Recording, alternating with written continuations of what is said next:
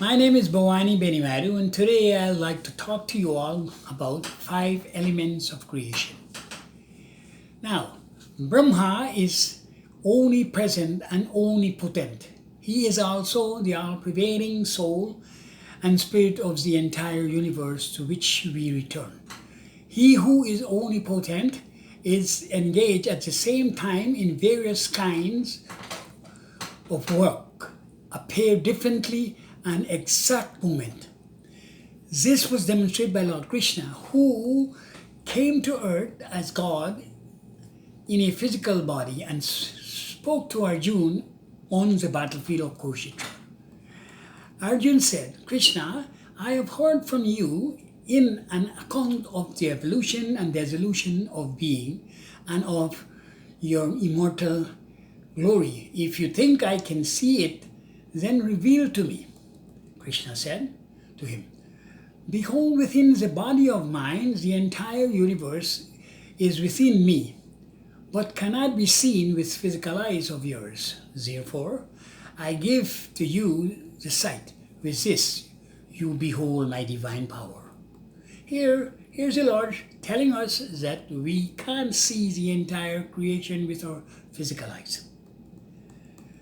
And so, at the beginning of creation, God Himself is connected to all living entities that live on earth, including the five elements that created our universe. Therefore, they are part and parcel of God.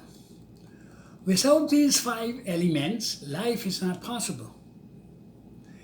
With this in mind, I would like to draw your attention to what emanated from God. First of all, the Big Bang. It was space, followed by air, and we know that we cannot see either of these two elements with our physical eyes. Isn't that so? We can experience them only because they are the beginning and ending of life. The third and fourth created element and sustainer of life on earth is water and fire. It is where the physical body goes back to and perish into the earth. Science has proven that one drop of water has all the properties of all the water in the world. Water is 3/4 of all living entities on earth. Water does not have a shape of its own. We can touch it with our hands but cannot hold it. Similarly, if water is poured into a container, it will take the shape of that container. And lastly, the earth. The earth is the birthplace of all living entities, movable and unmovable things. It is where they all return to and perish. Also, at the beginning of creation, according to Hinduism, there was an Om song. Om. That song, that vibration, the vibration created by that song causes a vast expansion and space was born. Thus, Om, God song, is the primary mantra because it contains the seeds of our mantra within itself. Om is also referred to in some texts as the primordial song, referred as a seed of creation. Some other textbooks refer to it as the Big Bang. Om it's by itself is called God, who is self-existence, independent of all entities. He is eternal and unchangeable, without beginning and end. We refer to him as space also. God is described as absolute consciousness, as well as being conscious of all, including time. Thus, he can control and govern the entire universe. God is more significant than the sky and space. He himself can manifest through the physical world and is present in each and every physical entities. In this way, God is able to interact with the universe created by him and thus control its smooth and proper running function. With this in mind, we learn from a scientific point of view that all the planetary object in the universe revolves around the sun, including Earth. This movement causes day and night to occur and also produce energy around the entire universe. Therefore, because of this energy, all living entities on Earth are able to move and act. In this sense, we could say that all energy comes from the sun, which can be represented as the father of the entire universe, and the moon as a female aspect of the sun, and helps in the creation of all living entities on Earth. Also, it has been well known by scientists that the moon is the reflection of the sun. So let us give an example to demonstrate how important the moon and the sun are regarding all the living entities born from Earth. For example, put two plants that produce fruits and plant one under the shed, where no direct sunlight can reach. Plant the other where sunlight can shine fully. Then observe the way the plant grows. You will find a vast difference in growing. The plant in the shade will be very slim and will not have enough energy to produce or develop. The plant in the sun will be healthy and strong and produce fruits to its fullest capacity. Now those are just a demonstration. We can see that the moon represents motherhood and the sun represents father in all living entities, the two producing energy. In this way, Mother Earth produces different kinds of animals and plants, and also all living entities in various species, both male and female. We all know that all living entities must be born from a physical mother one way or the other.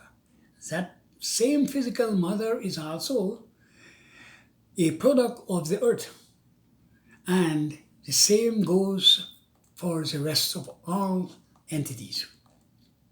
However, this tells us that both male and females emanate or were born from the elements of God's creation. This brings us to the question of life. What is life? Life is a manifestation of three principles: creation, maintenance, and destruction. Life has to be maintained so that the growing process and entities can be developed from birth to maturity. As long as there is birth, death is inevitable. And this is called the dissolution of the physical form, as creation and dissolution go hand in hand. They are like the two sides of a coin. For example, the dissolution of morning creates evening, and the dissolution of the evening creates a night. This continuous process of construction and dissolution maintains a day, isn't it? And from this point of view, I would like to talk about power in the form of energy. Let's look at the potential energy in kerosene, diesel, or petrol. This energy is transformed mechanically into energy that causes a machine to do some useful work. The machine acquires energy from the fluid. It is God who has already created energy in this world.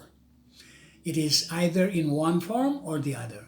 We can only change it or transfer it or give a name to it. We might call it steam or electricity, but energy is the same. Only its forms is different. Let us use another explanation also. For example, the ocean water rises up and forms a cloud in the sky. then it fall in the form of rain. It fills rivers, lakes, and ponds, and but essentially it is the same water that God creates. So scientists tells us that energy is never lost. It only changes its shape, place, and form, and changes its name. But the energy has not been lost. Instead of being, has been transformed. This is the law of conservation of power and the rule of nature, or we could call it the cosmic intelligence. Now, these are the responsibility carried by the devas or angel from the cosmic level, entrusted to them by God.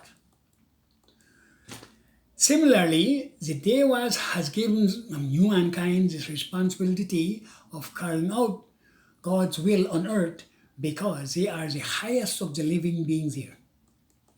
However, I would like to draw your attention to creation once more because I want to make it clear about the very beginning. There was song, or some call it the Big Bang.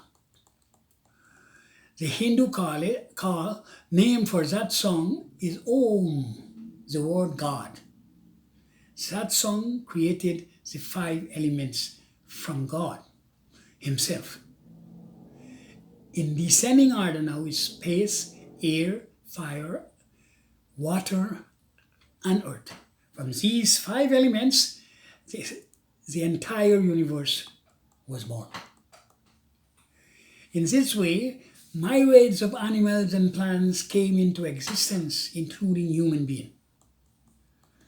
He had to protect his creation by adopting the 5 elements and their combination of need in his creation. God entrusted these duties to the devas. Also, in the Bible, they are called angels. They are a class by themselves. Even like the king or the government that protects the subject with the aids of several officers who are appointed by the king or the government, so too God has established the devas to watch the entire world. A king and the government has an army, a navy, and an air force to guard what belongs to the king or government on land, ocean, and sky. So too, God has an army of devas or angels to guard the 5 elements. In our government, in addition to military personnel, there are officers in charge of irrigation, public works, transportation, etc. Similarly, in God's kingdom, to convert the 5 elements into the welfare of the living entities, the devas or angels function in different ways. Among us, some officers are in charge in water supply, drainage, and irrigation where floodwaters could escape from the built dam to store water against drought. But these officers themselves cannot produce the water for drinking or irrigation. God has nominated the devas to do these duties in the same way. For example, Varuna adapts to water, Agni is to fire, Vayu to wind, Mother Earth also fire to do their duties and adjust to the needs of all entities. Now, with that, I want to thank every one of you, all of you, for listening. If you like to find out more about my book, here's my book, Our Creative World. You can visit YouTube channel. My name is Bawani Benimadu, and you can get your copy today on Amazon, and just follow the link below. And thank you all, and see you all next time.